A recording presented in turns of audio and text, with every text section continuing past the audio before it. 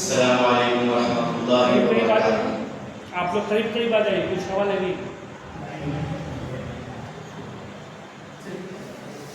الحمد للہ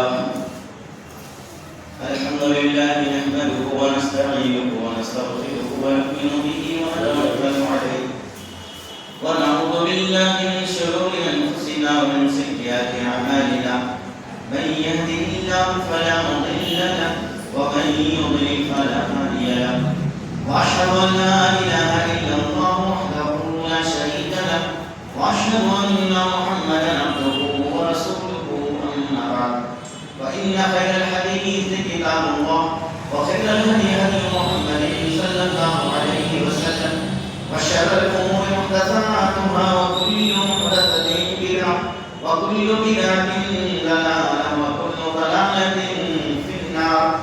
فقد قال الله تعالى في القرآن المجيد: أعوذ بالله من الشيطان الرجيم بسم الله الرحمن الرحيم قل إن كنتم تحبون الله فاتبعوني يحببكم الله ويغفر لكم ذنوبكم والله غفور رحيم. محترم حاضرین، کرمہ کا یہ اجتماع آؤ دین سیکھیں کے موضوع پر بہت عمدہ کوشش ہے، بہترین کار خیر ہے،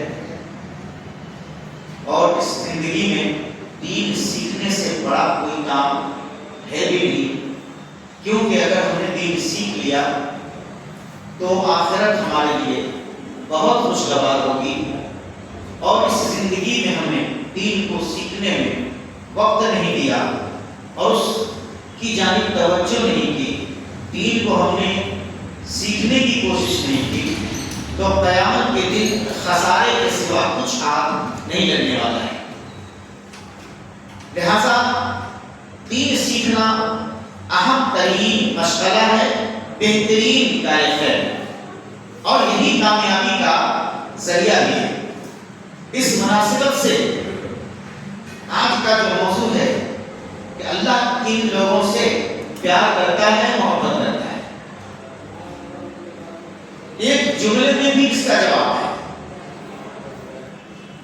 اللہ تو اپنی ہر مخلوق سے پیار کرتا ہے، جس بھی مخلوق کو اللہ نے وجود بخشا ہے، چاہے ہماری نظر میں اس کی اہمیت ہو نہ ہو، مگر اللہ اپنی ساری مخلوق سے پیار کرتا ہے، محبت کرتا ہے. مخلوق ہونے کے اعتبار سے وہ محبت ہے، لیکن وہ محبت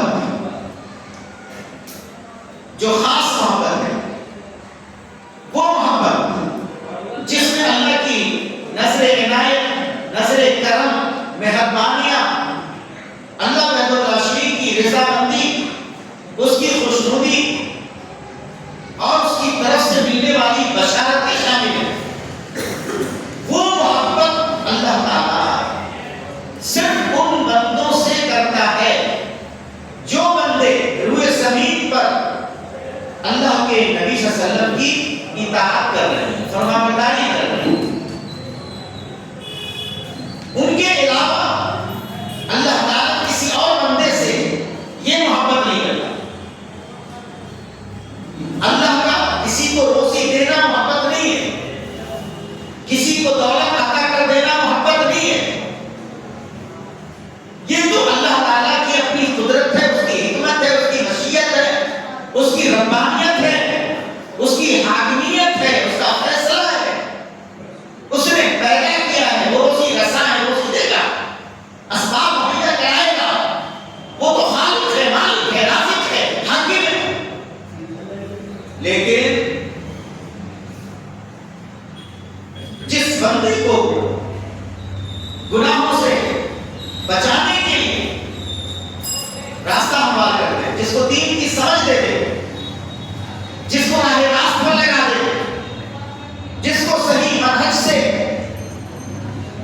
آشنا کرا دے، جس کو کتاب و سنت کے راستے پر لگا دے، اللہ تعالیٰ دراصل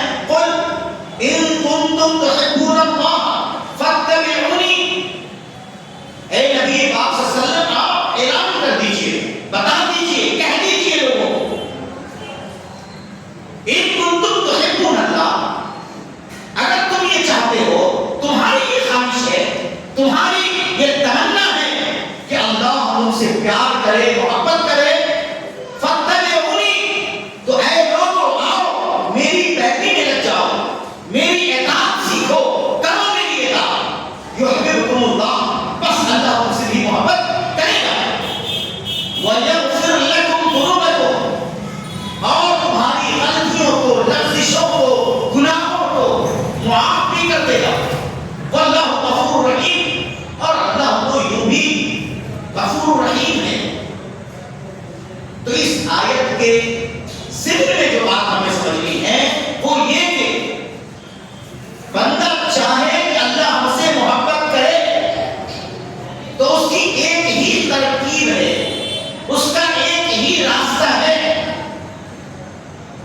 کہ وہ آدمی اس دل سے جس دل سے وہ چاہتا ہے کہ اللہ پیار کرے مجھ سے اللہ مجھ سے محبت کرے اس دل سے اللہ کے رسول کی تابعداری فرما برداری اور اطاعت گزاری میں لگ جائے. پیارے نبی صلی اللہ علیہ وسلم کی سنت کے خلاف کوئی عمل نہ کرے.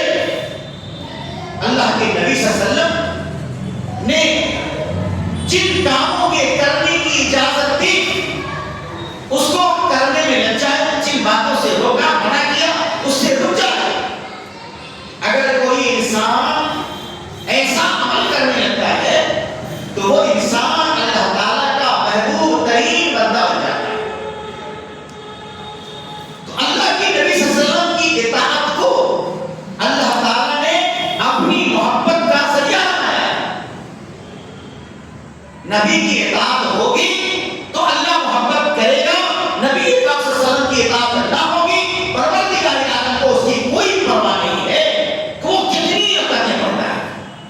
اللہ تعالیٰ ایسوں کی رکعتیں نہیں گنتا ایسوں کی عبادتیں نہیں دیکھتا ایسوں کے فرائض نوافل کو قبول نہیں کرتا جو رسول پاک صلی اللہ علیہ وسلم کی اطاعت سے منحرف ہو جو اللہ کے نبی صلی اللہ علیہ وسلم کی پیروی نہ کرتا ہو جو اللہ کے نبی صلی اللہ علیہ وسلم کی بات نہ مانتا ہو جو پیارے نبی صلی اللہ علیہ وسلم کے احکام کی مخالفت کرتا ہو. ایسے لوگ چاہے جتنی رکعتیں نماز کریں ادا کریں چاہے وہ جتنی تلاوت قرآن کریں چاہے وہ جس قدر زندگی میں حج و عمرہ ادا کرے چاہے وہ جس قدر لوگوں میں زکات تقسیم کرے اللہ تعالیٰ ان لوگوں کی عبادتوں کی کوئی قیمت دینے والا نہیں کوئی قدر دینے والا نہیں. لیکن جو لوگ اللہ کے نبی صلی اللہ علیہ وسلم کی پیروی کرتے ہیں اللہ تعالیٰ کے وہ محبوب بندے ہوتے ہیں. اور جو اللہ کا محبوب بندہ بن گیا تو وہ بندہ جب چھوٹا سے چھوٹا عمل کرتا ہے تو اللہ تعالیٰ مختلف بہانے سے اس کے چھوٹے سے عمل پر زیادہ سے زیادہ ثواب دے دیتا ہے. فرق پتہ چلا جو اللہ کے نبی کی اطاعت نہیں کرتا رکعت پہ رکعت فرض و نوافل پڑھے تو ثواب نہیں دیتا مگر جو اللہ کے نبی صلی اللہ علیہ وسلم کی اطاعت کرتا ہے فرما برداری کرتا ہے اس کے چھوٹے سے چھوٹے عمل پر بھی زیادہ سے زیادہ ثواب عطا کرتا ہے. یہ ہے اللہ تعالیٰ کی طرف سے محبت اس بندے کے لیے جو بندہ نبی پاک صلی اللہ علیہ وسلم کی اطاعت کرتا ہے. اب ہم اپنی زندگی میں یہ دیکھ لیں کہ ہم کس قدر اللہ کے نبی صلی اللہ علیہ وسلم کی اطاعت کر رہے ہیں. آج ہم پریشان ہیں. پریشانی کی وجہ کیا ہے؟ اللہ کا محبوب پریشان نہیں ہو سکتا. آج ہم ذلیل ہیں تو اس کی وجہ کیا ہے؟ اللہ کا محبوب ذلیل نہیں ہو سکتا. ہم تو مسلمان ہیں کلمہ پڑھتے ہیں گاہے گاہے نماز بھی ادا کرتے ہیں. ہم سے زیادہ عید اور بقرعید میں خوشیوں کا اظہار کون کر سکتا ہے؟ قربانیوں میں ہم پیش ہیں لیکن پریشان بھی ہیں ذلیل بھی ہیں. اللہ کا محبوب نہ پریشان ہوگا نہ ذلیل ہوگا. اللہ تعالیٰ اپنے محبوب کو نہ پریشان ہونے دے گا نہ ذلیل رسوا ہونے دے گا. تو اس کی وجہ کیا ہے؟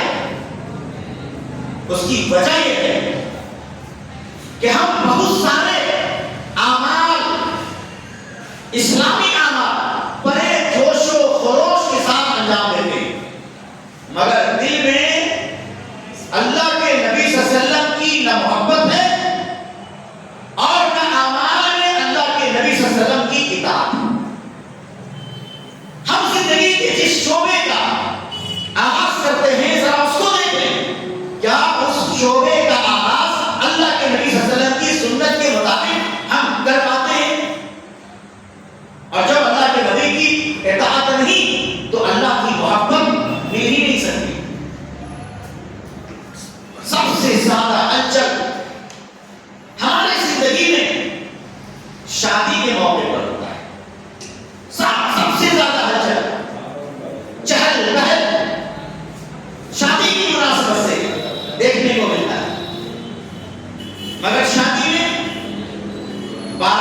تصور کیا نبی کی اطاعت ہے؟ جہیز کیا نبی کی اطاعت ہے؟ رقص و سرور کیا نبی کی اطاعت ہے؟ جس طریقے کی دعوت ہے، جس طریقے کی نمائشیں ہوتی ہیں، کیا یہ نبی کی اطاعت ہے؟ جب نہیں تو اللہ کی محبت ہمارے لیے نہیں ہے۔ قربانی اللہ کے نبی صلی اللہ علیہ وسلم کے طور طریقے سے ہٹ کر، ان کی سنت سے ہٹ کر اگر قربانی انجام دے بھی دیں تو اللہ تعالیٰ تھوڑے محبت کرنے والا۔ اللہ کی محبت تب ملے گی جب ہم ہر ایک چیز میں اللہ کے نبی صلی اللہ علیہ وسلم کی فرما برداری کریں گے، ہر بات اللہ کے نبی صلی اللہ علیہ وسلم کی مانیں گے۔ جتنی زیادہ نبی کی اطاعت ہوگی اتنی زیادہ اللہ تعالیٰ ہم سے محبت کرے گا۔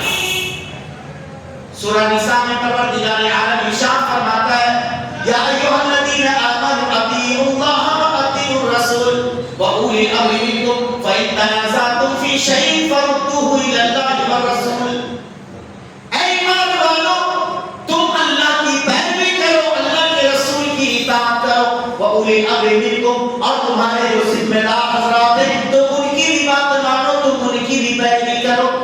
تمہارے جو خلیفہ، تمہارے جو اسلامی لیڈر، تمہارے جو اسلامی قائد ہیں ان کی بھی بات مانو، اپنے حکما کی بات مانو، اپنے علماء کی بات مانو، اپنے فقہا کی بات مانو۔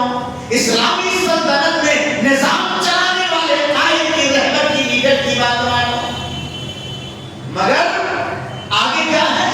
فَإِن تَنَازَعْتُمْ فِي شَيْءٍ، تم دیکھو کہ تمہارا عالم، تمہارا فقیہ، تمہارا امام، تمہارا لیڈر، تمہارا قائد، تمہارا سلطنت چلانے والا حاکم ایک مسئلے میں بھی اللہ اور اس کے رسول سے ہٹ رہا ہے، اختلاف کر رہا ہے، ایک بات میں بھی، ایک پوائنٹ میں بھی، فَرُدُّوهُ إِلَى اللَّهِ وَالرَّسُولِ، تو ایسے لیڈر، ایسے حاکم، ایسی سلطنت چلانے والے قائد، علماء، فقہا سے ہٹ جاؤ اور اس مسئلے میں اللہ اس کے رسول کی طرف پلٹ جاؤ، رجوع کر لو، اور بات صرف اللہ اور اس کے رسول کی مانو، اپنے حاکموں کی نہ مانو۔ کلیئر سی وضاحت ہے، ایک دم واضح گائیڈ لائن، ایک دم واضح۔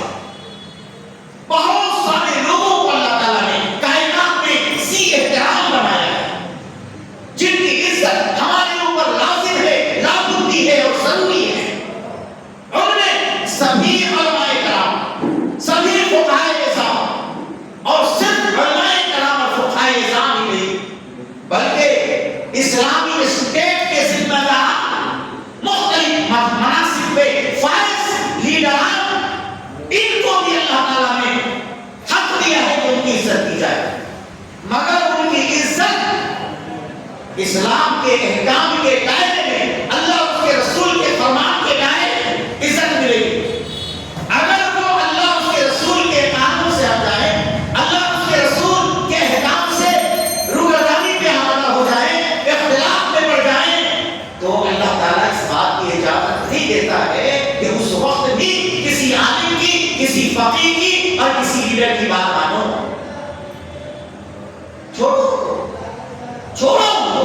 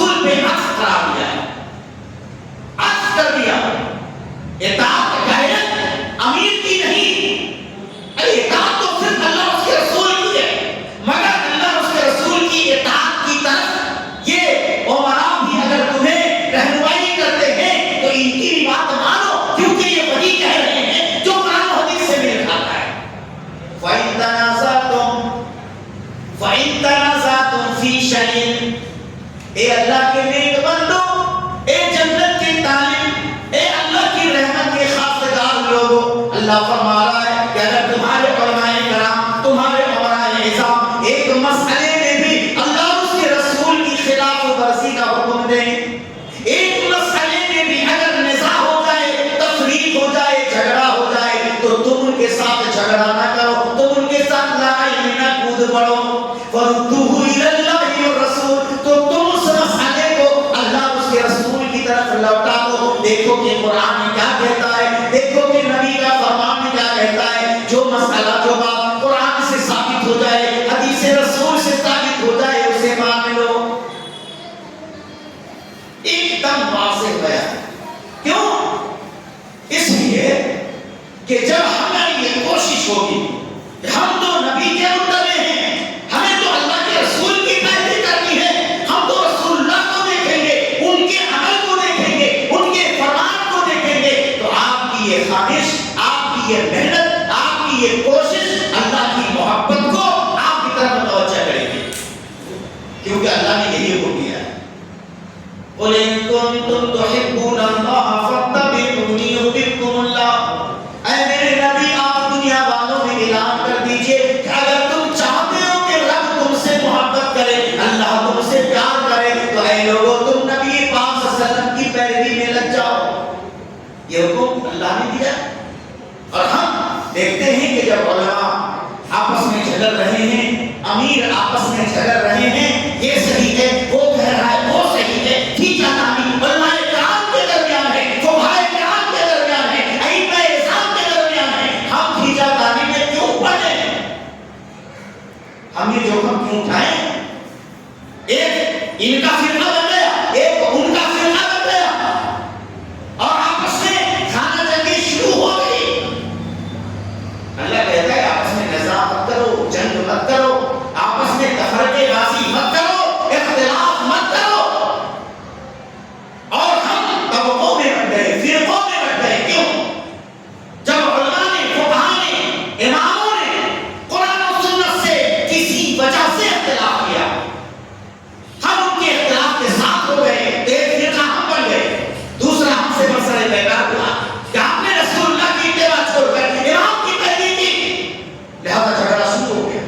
اللہ فرماتا ہے کہ اماموں کو چھوڑو، عمرہ کو چھوڑو، اور صرف اللہ اور اس کے رسول کی ہی بات مانو۔ ایسا کرنے سے اللہ تم سے محبت کرے گا۔ لہذا زندگی کے ہر شعبے میں ہم صرف اللہ کے رسول صلی اللہ علیہ وسلم کی ڈھونڈ ڈھونڈ کر، کھوج کھوج کر پیروی کریں، تو ہمارا یہ عمل اللہ کی محبت کو ہماری طرف متوجہ کرے گا، ہم سے اللہ تعالیٰ محبت کرے گا، اور جب اللہ تعالیٰ ہم سے محبت کرے تو ہم اللہ کے محبوب ہو گئے، اور اللہ اپنے محبوب کو نہ ستائے گا نہ ذلیل ہونے دے گا، یعنی نہ اللہ کی طرف سے عذاب آئے گا، اور نہ قوموں کی طرف سے، بندوں کی طرف سے اس پر کوئی مصیبت نازل ہونے دے گا، ذلت حاصل نہیں ہونے دے گا۔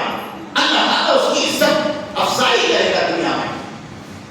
تو پہلے ہم اللہ کے رسول صلی اللہ علیہ وسلم کی بات مان کر، فرما برداری کر کے، اطاعت کر کے اللہ کے محبوب بن جائیں۔ بہترین طریقہ ہے اللہ کا محبوب بننے کا کہ رسول پاک صلی اللہ علیہ وسلم کی ہی فرما برداری کریں۔ ہم رسومات، رواج نہ دیکھیں، معاشرے میں کیا چل رہا ہے ہم یہ نہ دیکھیں، ہم یہ دیکھیں کہ رسول پاک صلی اللہ علیہ وسلم نے اس مناسبت سے کیا بتایا ہے، کس بات کی تعلیم دی ہے، ہم اس میں اپنی کوشش کریں تو اللہ تعالیٰ ہم سے محبت کرے گا۔ اگر آج کے زمانے میں بیٹوں کی شادی یا بیٹیوں کی شادی ہم کرتے ہیں، ہم معاشرے کی اتباع کرتے ہیں، باپ دادا کی رسموں کی پیروی میں لگ جاتے ہیں، کبھی کبھی ہمارا عمل اللہ اور اس کے رسول کے احکام کے بالکل خلاف ہو جاتا ہے۔ یہ بارات کی رسمیں اللہ کے نبی صلی اللہ علیہ وسلم کی سنت کا جنازہ اٹھا دیتا ہے۔ یہ حرام لقمے کے لیے، ایک وقت کا کھانا کھانے کے لیے ہم بارات بن کر، یعنی چور اور ڈکیت بن کر بارات بن کر گھر سے نکلتے ہیں۔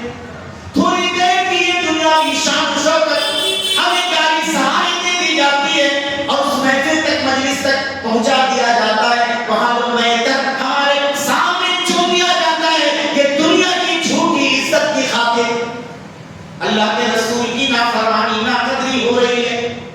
ہم نے بیٹے کو پالا ہے, یقیناً اس میں محنت ہوئی ہے, ہم نے بیٹوں کو تعلیم کے زیور سے آراستہ کیا ہے, ہمارا پیسہ لگا ہے, لیکن یہ سارے خرچے بیٹی والے سے وصول کر اس کا نام جہیز دے دیا جائے, ظاہر ہے اللہ کے نبی صلی اللہ علیہ وسلم کی سنت کی خلاف ورزی ہے. اور جب ہم اللہ کے رسول کی پیروی نہیں کریں گے تو رب العالمین ہم سے محبت نہیں کرے گا, اور جب اللہ تعالیٰ ہم سے محبت نہیں کرے گا تو ہمیں کوئی بھی ذلیل کرے گا, کوئی بھی رسوا کرے گا. تو ہم دنیا والوں کے طرز عمل کو کیوں دیکھتے ہیں؟ ہم اللہ کے رسول کے طریقہ کار کو دیکھیں اور ایک دم اسی طرح سے شادی بیاہ کریں. آج کل لڑکی والے بھی بدماش ہو گئے. بدماش کیسے ہو گئے؟ لڑکا والے اگر سنجیدہ مل گئے اس دور میں, اچھے مل گئے, شریف و مہذب مل گئے, اسلامی طرز عمل پر زندگی گزارنے والے مل گئے, وہ کہتے ہیں کہ بھی ہم بارات نہیں لائیں گے, تو لڑکی والے مغرور ہو جاتے, اداس ہو جاتے. لوگ کیا کہیں گے, لوگ کیا کہیں گے, بھائی نہیں ارے 100-150 لاکھ کا نکال دیا, ہم نہیں کر سکتے, ہم کہہ رہے ہیں. یہ لڑکے لڑکی والے بھی بدماش ہوتے, یہ خود بارات بات ہے. لڑکا والے کو چھوٹ مل جاتی کہ ہم نہیں بھی جا رہے, وہاں سے 100 آدمی کی دعوت آئی ہے. ایسا ہیلا, ایسا بہانہ, یہ کارستانی, ایسی کارستانی کا تذکرہ پروردگار عالم کی ارشاد فرماتا ہے, اور اس کا نام رب العالمین نے اصحاب السبت رکھا, سنیچر والا رکھا. یہودیوں میں ایک طبقہ وہ تھا سنیچر والا. پروردگار عالم نے اپنے نبی کے حوالے سے حکم دیا کہ اپنی امت کو سمجھا دو, اعلان کر دو کہ اے میری امت کے لوگوں, سنیچر کے دن تم مچھلی کا شکار نہ کرنا, تم سنیچر کے دن مچھلی کا شکار نہ کرنا. اور ادھر اللہ تعالیٰ نے آزمائش میں بھی ڈال دیا, سنیچر ہی کو کنارے سب سے زیادہ مچھلیاں نظر آتی تھی, منہ میں پانی آتا تھا, راہ ڈبکتا تھا, کاش کوئی بہانہ کوئی ہیلا ہو جاتا. لوگوں نے اس پر منتھن شروع کر دیا, کیسے سنیچر کو کنارے آئی ہوئی مچھلیوں کا شکار اپنے لیے حلال کر لے. اللہ نے تو منع کیا ہے, شکار نہیں کر سکتے, مگر کون سا ہیلا, کون سا بہانہ اختیار کیا ہے. دماغ میں آیا, بھئی شکار تو اس کو کہتے ہیں کہ مچھلی پکڑ کے اوپر لے آئے اور دیگچی میں تل لیا, بھون لیا, یہ شکار ہوا. ہم مچھلی کو روک لیں پانی ہی میں اور اوپر نہ لائیں, مچھلی کنارے آ گئے, آگے سے گھیر دیں, جال لگا دیں, کنارے آئی ہوئی مچھلی سنیچر کو اس میں پھنسی رہی, اور پورے ایک ہفتہ نکال کر ڈھونڈتے رہیں گے, کھاتے رہیں گے. لوگوں نے اس ہیلا کے ذریعے سے دریا کے سمندر کے کنارے دور تک چوڑی سرنگیں کھود دی, اور جب مچھلیاں اس میں بھر گئی تو بہانے کو بند کر دیا. سنیچر قوم کے لوگوں نے سمجھایا کہ تم رب کی نافرمانی کر رہے ہو, اپنے رسول کی نافرمانی کر رہے ہو, ایسا کرنے سے باز آ جاؤ. ان لوگوں نے کہا کہ یہاں ہمیں سب تھوڑے کرتے ہیں. لڑکی والے نے خود 100 بارات لانے کا حکم دیا ہے, ان کی دعوت پہ ہم 100 لوگوں کو لے جا رہے ہیں. یہ ہماری مرضی نہیں, یہ ہماری دعوت نہیں. دیکھو لڑکی والے کا فرمان, دیکھو لڑکی والے سے معاہدہ, دیکھو لڑکی والے نے خود لکھ کر دیا ہے 100 بارات لے کر آنا, 150 بارات لے کر آنا. لڑکی والے نے خود کہا ہے, ہم کہاں لے جا رہے بارات, ہم تو اس کے خلاف, ہم نے تو صاف کہہ دیا تھا کہ بارات نہیں لے کے جائیں. لڑکی والے نے کہا کہ 100-150 میری طرف سے اجازت ہے, ہم مچھلی کا شکار یار کہاں کر رہے ہیں, ہم نے تو منہ سے بند کر دیا ہے. مچھلی تو تالاب ہی میں ہے, سمندر ہی میں ہے, دریا ہی میں. اب یہاں پر 3 طبقے میں امت بڑھی. ایک ہیلا گر, ہیلا ساز, بہانے والا کر مچھلیوں کو پھنسا لینے والا طبقہ. دوسرا ان سے جنگ کرنے والا طبقہ کہ تم غلطی پر ہو سراسر. تیسرا مصلحت پرست, ارے یار دونوں کو ہٹانا, چلو نہیں لڑنے کی کیا ضرورت ہے. یہ کیسا کر رہا ہے, اللہ سے وہ پیسہ پائے گا, اور تم یار اس سے الجھ کیوں رہے ہو, تم اپنا کام کرو. جیسے آج معاشرے میں یہ 2 طبقے تو ہیں ہی, ایک سرے سے موبائل کے نا تلقین کرنے والے, اب دوسرا ان پر ٹوٹ کر ان سے مقابلہ کرنے والا, اب تیسرا بیچ میں آتا ہے لڑنے کی کیا ضرورت ہے, جو جیسا کرتا ویسا پائے گا, اپنا پیسہ دے گا. تیسرا وہ طبقہ ادھر بھی کھا رہے ہیں ادھر بھی کھا رہے ہیں. سب سے زیادہ مزے میں وہی طبقہ ہے. وہ سب کو راضی رکھتے ہیں, سب کو خوش رکھتے ہیں. ان کی دعوت کا کام ہر موقع پر ان کو پہنچ جاتا ہے. ادھر سے بھی پہنچ جاتا ہے, ادھر سے بھی پہنچ جاتا ہے. سب سے مزے میں وہی ہے تیسرا طبقہ. 3 طبقے ہو گئے. آخر میں وہ مجاہد طبقہ, روکنے والا طبقہ, متشدد طبقہ, اس نے یہ صاف ظاہر کر دیا کہ اے لوگوں تم دونوں ایک ہی تھالی کے چٹے پٹے ہو, تم دونوں ایک ہی ہو. ایک تو یہ کہ یہ قصور کرتا ہے اور تم ان کا ساتھ دیتے ہو, ان کو روکتے نہیں. لہذا اب دیوار دینی پڑے گی. ہو سکتا ہے کہ اللہ کا کوئی عذاب اس لیے آ جائے کہ تم نے اللہ کی اور اللہ کے رسول کی نافرمانی کا کام کیا. ہم اس عذاب کا مزہ نہیں چکھنا چاہتے. لہذا دیوار دے دی گئی. دیوار کے اس پار 2 طبقہ, مچھلی کا شکار کرنے والا طبقہ ہیلا ساز اور دوسرا مصلحت پرستوں کا طبقہ, اور دوسری جانب ان سے لڑائی کرنے والا, جھگڑا کرنے والا, ان کو ترغیب دینے والا, نبی کے احکام پر جبکہ عمل کرنے والا طبقہ رہ گیا. ابھی کچھ دن گزرا تھا, صبح ہوئی, سورج نمودار ہو گیا. دیوار کے دوسری طرف سناٹا, خاموشی, کوئی آواز نہیں. گھاوڑے کی آواز, کدال کی آواز, پانی پٹانے کی آواز, آگ پاشی کی آواز, چیخنے چلانے کی آواز, مدد کی آواز, کھٹپٹ کی آواز, کوئی آواز ادھر سے نہیں آ رہی ہے. خاموشی ہے, سناٹا ہے. ادھر والے کو احساس ہونے لگا کہ لگتا ہے کہ ادھر اللہ کا عذاب, اللہ کی نافرمانی اور رسول اللہ کی نافرمانی کے بدلے میں اتر چکا. ان لوگوں نے دیوار کے سوراخ سے جب ادھر دیکھا تو واقعی ادھر والے بندر اور سور بنا دیے گئے. قرآن کی آیت میں تو صرف بندر کا ذکر, بندر کو سب کو اللہ تعالیٰ نے بندر بنا دیا. انسان بندر ہو گیا, انسان بندر ہو گیا. جب تمہیں قرآن و سنت سمجھ میں نہیں آتا, اولئک کالانعام, وہ لوگ چوپائے ہیں, بل ہم اضل, بلکہ چوپائے سے بھی بدتر ہیں.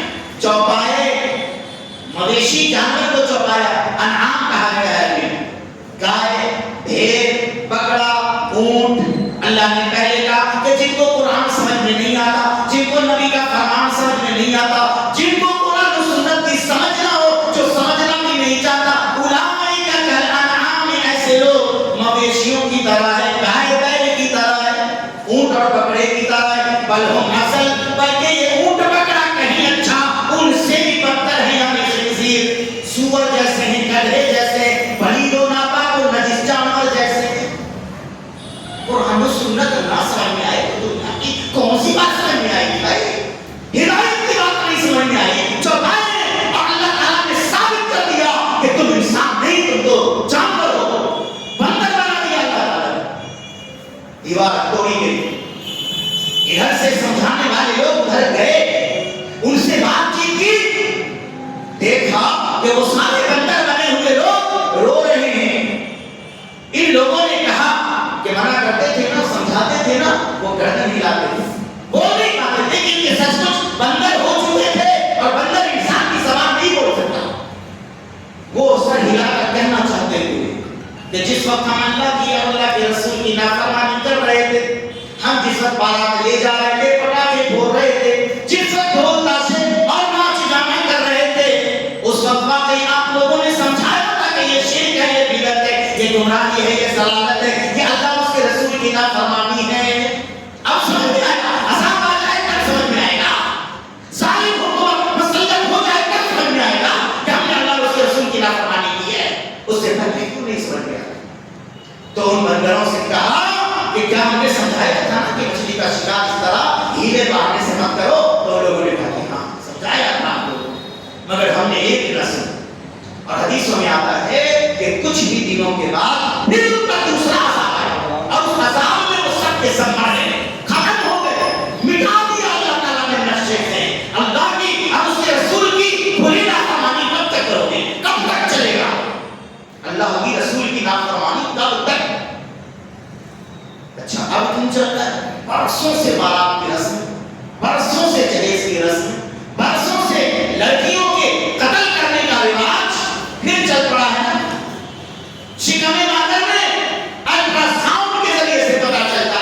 لڑکی ہے تو وہی ختم کرا دیا جائے. یہ ساری ضلالتیں ظلمتیں کب سے چلی آ رہی ہیں, کوئی عذاب نہیں. اس کی صرف ایک وجہ ہے کہ نبی کے رحمت للعالمین صلی اللہ علیہ وسلم کی دعا ہے, اے اللہ میری امت پر ایک بیگ یکایک ایسا عذاب نہ اتار دینا کہ میری امت پوری کی پوری ختم ہو جائے, سماجت ہو جائے. لہذا کبھی آندھی طوفان میں ایک خطہ ختم ہو گیا, کبھی سونامی میں ایک طبقہ ختم ہو گیا, کبھی کسی اور عذاب کی نظر ہو گیا. یہ امت کے لوگ مختلف قسطوں میں بکروں کی طرح کاٹے جاتے ہیں, مارے جاتے ہیں. یہ عذاب الہی ہے. اگر نبی پاک صلی اللہ علیہ وسلم کی دعا نہ ہوتی تو روئے زمین پر مسلمان جس طرح اللہ اور اس کے رسول کی نافرمانی کر رہے ہیں اس سے بھی بھیانک عذاب اتر چکا ہوتا. اگر ہم چاہتے ہیں کہ اللہ ہم سے محبت کرے, ہم لوگ اللہ کے محبوب بن جائیں, تو ہر بات میں اللہ کے رسول صلی اللہ علیہ وسلم کی پیروی کریں. ہر کام میں, دکان کے افتتاح سے لے کر مکان کی اوپننگ سے لے کر جتنے بھی معاملات ہیں, ہر چیز میں اللہ کے نبی صلی اللہ علیہ وسلم کا ہی طریقہ اپنائیں, تبھی کامیاب ہوں گے اور تبھی اللہ تعالیٰ آپ سے محبت کرے گا. دنیا کے کسی بڑے سے بڑے زاہد و عابد نیک ترین انسان کو اس بات کی اجازت ہی نہیں ہے کہ وہ اپنی مرضی سے کوئی بھی عمل کر لے اور وہ جائز ہو جائے. کسی کو اللہ تعالیٰ نے اجازت نہیں. اب ذرا ایک بات سنجیدگی کے ساتھ غور کریں. اللہ کے نبی صلی اللہ علیہ وسلم کے جتنے صحابہ ہیں ان تمام صحابہ کا رتبہ ان کے بعد کے لوگ یعنی تابعین سے بڑا ہے, اور تابعین تمام تابعین کا رتبہ ان کے بعد کے یعنی تبع تابعین سے بڑا ہے, اور تبع تابعین کا درجہ بعد کے تمام مسلمانوں سے بڑا ہے. پھر بعد کے مسلمانوں میں بڑے عالم ہیں, ان کا مقام چھوٹے عالم سے بڑا ہے, جو چھوٹے عالم ہیں ان کا مقام عوام سے بڑا ہے.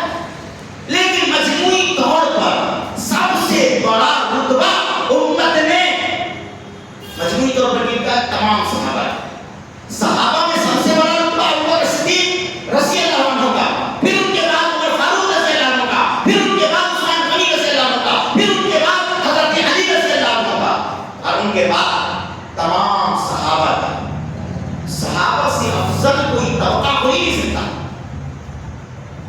صحابی, تابعی اور تبع تابعین کے بعد جتنے بھی عالم ہوئے, فقیہ ہوئے, امام ہوئے, وہ سب اپنی جگہ بہت قابل احترام ہیں, مگر اس کے باوجود وہ نبی کے کسی صحابی کے برابر نہیں ہو سکتے. اس میں کوئی اختلاف کسی کا نہیں ہے. اب آئیے ہم جو بات سمجھانا چاہتے ہیں, اللہ کے نبی کی اطاعت, آپ نے جو کہا وہی کرنا کتنا اہم ہے, کتنا اہم ہے کہ اس کی اجازت اللہ تعالیٰ نے دنیا کے کسی انسان حتیٰ کہ کسی صحابی کو نہیں دی کہ وہ کوئی عمل اللہ کے نبی صلی اللہ علیہ وسلم کی سنت سے ہٹ کر لے اور اللہ خوش ہو جائے. صحابی کو بھی پابند بنایا گیا ہے کہ آپ بھی صرف نبی کی اطاعت کریں تبھی اللہ آپ سے خوش ہوگا, ورنہ آپ بھی نہیں اللہ کے محبوب بنے. حضرت ابو ہریرہ رضی اللہ تعالیٰ عنہ ارشاد فرماتے ہیں, بخاری شریف کی صحیح روایت موجود ہے کہ اللہ کے نبی صلی اللہ علیہ وسلم مسجد نبوی میں داخل ہوئے, فدخل رجل, ایک اور آدمی اسی وقت داخل ہوا. اس دوسرے آدمی نے نماز ادا کی اور نماز ادا کرنے کے بعد اللہ کے نبی کے پاس آیا, فسلم, اللہ کے نبی کو اس آدمی نے سلام کیا. فرد النبی صلی اللہ علیہ وسلم, اللہ کے نبی نے اس صحابی رسول کے سلام کا جواب دیا. فقال ارجع فصلی فإنک لم تصلی. جواب دینے کے بعد اللہ کے نبی صلی اللہ علیہ وسلم نے فرمایا, اے میرے چہیتے پیارے صحابی, لوٹ کر پھر اپنی جگہ پہ جا, مسلے پہ جا, نماز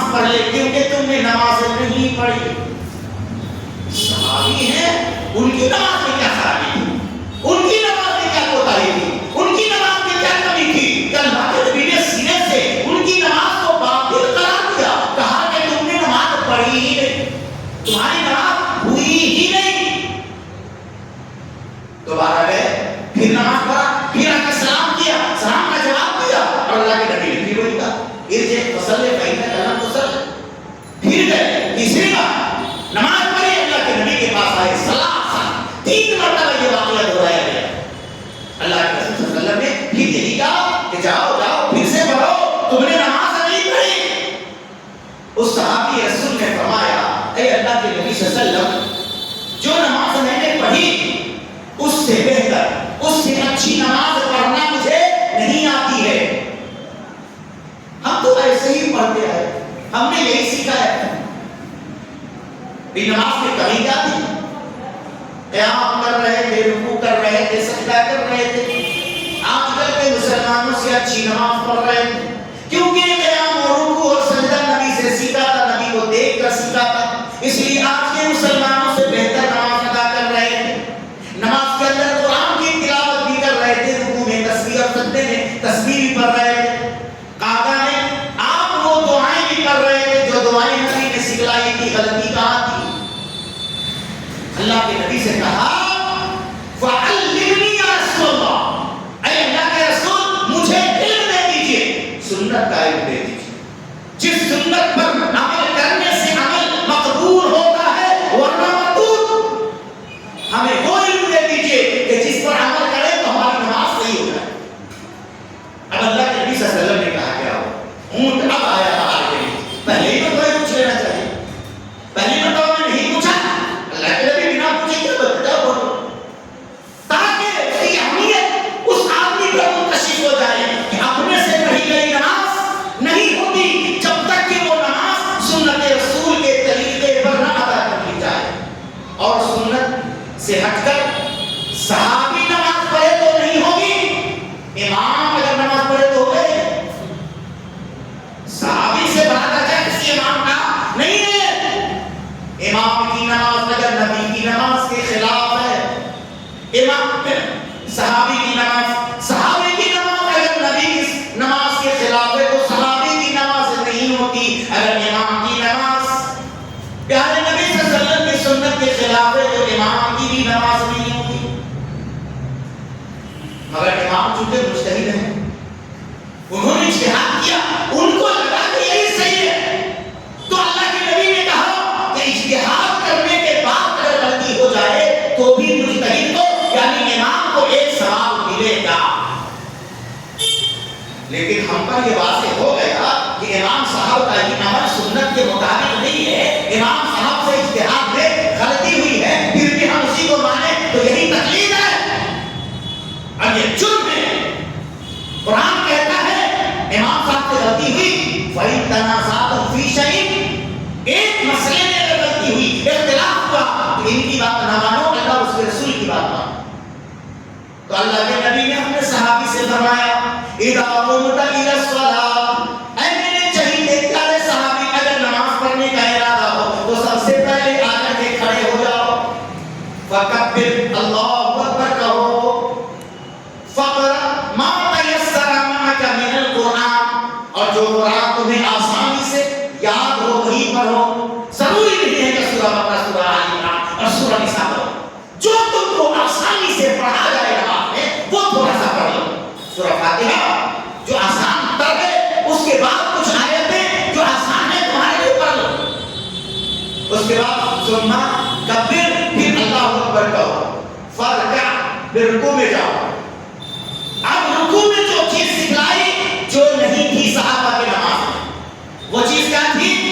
فرکع حتی تطمئن راکعا، رکوع کرو، اطمینان سے رکوع کرو، اطمینان سے، یہ نہیں رکوع میں کیا سمجھ اللہ علیہ، یہی تھا اور کوئی فوت نہیں تھا، تعطیل ارکان نہیں تھی، ٹھہراؤ نہیں تھا، رکوع میں گئے تھے اور سجدے میں چلے گئے۔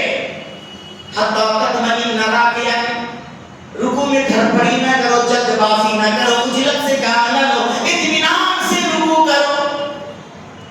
ثم ارفع، پھر رکوع سے سے سر اٹھاؤ حتی تطمئن قائما، یہاں تک کہ رکوع سے اٹھنے کے بعد اطمینان سے کھڑے ہو. اطمینان طریقہ ابھی کھڑے ہوئے نہیں کہ سجدے میں چلے گئے، یہ نہیں چلے گا.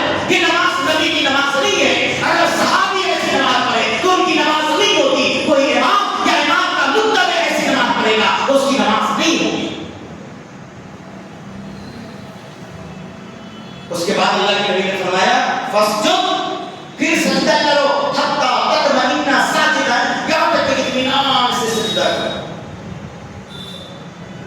ثم ارفع، پھر سجدے سے سر اٹھاؤ حتی تطمئن جالسا، تو سجدے کے بعد اطمینان سے بیٹھ جاؤ. ادھر بیٹھ جاؤ. دیکھنے والا کہے کہ بیٹھ گیا، ہو گیا اس کا ایک ہی سجدہ.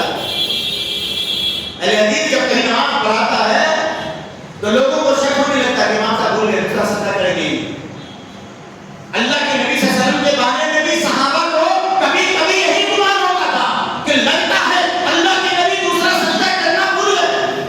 تب اللہ کے نبی صلی اللہ علیہ وسلم کی رضا کو پڑھ کر دوسرا سجدہ کرتے تھے. اتنا اطمینان تھا. یہی اطمینان کی کیفیت اس صحابی رسول میں نہیں تھی تو نماز باطل. اور آخر میں اللہ کے نبی صلی اللہ علیہ وسلم نے فرمایا کہ اب اسی طریقے سے اپنی پوری رکعتیں نماز کی پوری کرو.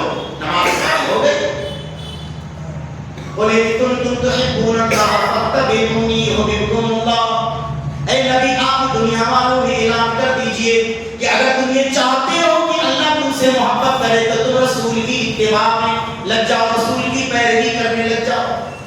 نماز رسول کے طریقے پر پڑھو، روزہ رسول کے طریقے پر رکھو، حج اور عبادات اللہ کے نبی صلی اللہ علیہ وسلم کے طریقے پر کرو. کام نہیں کرو جو نبی نے کیا وہ کام نہ کرو جو نبی نے کیا ہی نہیں. اللہ تعالیٰ تم سے کیا کرے گا؟ محبت کرے گا، پیار کرے گا. تو اللہ تعالیٰ کی محبت معلق ہے اللہ کے نبی کی اطاعت پر. آپ نے نبی کی اطاعت کی، اللہ کی محبت آپ کے لیے ہوگی. اور اللہ کے رسول کی اطاعت سے آپ نے روگردانی کی، چاہے کسی بڑے امام کی پیروی کر رہے ہیں، کسی بڑے صحابہ کی پیروی کر رہے ہیں، اگر وہ پیروی نبی کی اطاعت کے مطابق نہیں ہے تو آپ سے اللہ تعالیٰ کبھی محبت نہیں کرے گا، کبھی محبت نہیں کرے گا. اس لیے اللہ تعالیٰ نے دنیا میں اپنا آئیڈیل بھیجا ہے، نبی کو آئیڈیل بنا کر کے بھیجا ہے. قیامت کے دن اللہ تعالیٰ چیک کرے گا اور عمل یہ نہیں دیکھے گا کہ عمل چھوٹا ہے یہ بڑا ہے، یہ نہیں دیکھے گا. عمل کی کوالٹی چیک کرے گا، کوالٹی چیک کرے گا. کوالٹی میں کیا ہے؟ ہر عمل کو اللہ تعالیٰ دیکھے گا. عمل پہ نبی پاک صلی اللہ علیہ وسلم کی سنت کا مہر ہے، تصدیق ہے. ہاں بھائی یہ عمل تو اللہ کے نبی نے سکھلایا تھا، اس عمل کو اللہ تعالیٰ قبول کرے.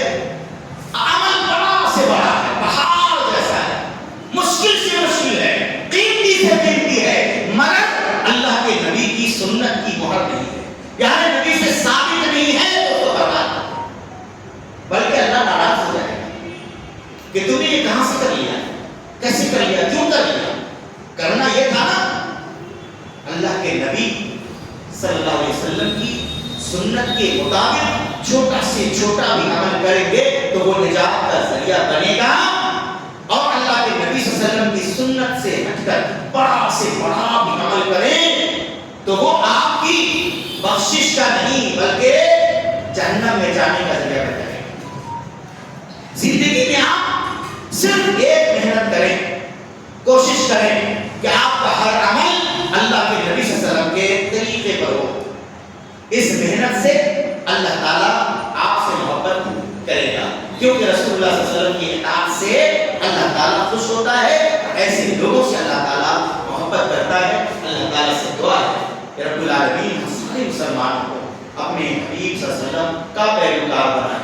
ہر عمل میں، ہر معاملے میں اللہ کے نبی صلی اللہ علیہ وسلم کی سنت کو اپنی جامہ پہنانے والا واقعی سنی مسلمان بنائے. اللہ تعالیٰ سے دعا ہے کہ رب العالمین ہمیں اللہ کے نبی صلی اللہ علیہ وسلم کی سنت کے خلاف کوئی بھی عمل کرنے سے بچائے اور اس بات کی توفیق عطا فرمائے. ہم دوسروں کے لیے بھی مشعل راہ بنیں، اللہ کے نبی صلی اللہ علیہ وسلم کی سنت پر چلیں اور لوگوں کو اللہ کے نبی صلی اللہ علیہ وسلم کی سنت کی اطاعت کریں. اللہ سے دعا ہے کہ العالمین ہماری غفلتوں اور کوتاہیوں کو درگزر فرمائے. آمین یا رب العالمین برحمتک یا ارحم الراحمین.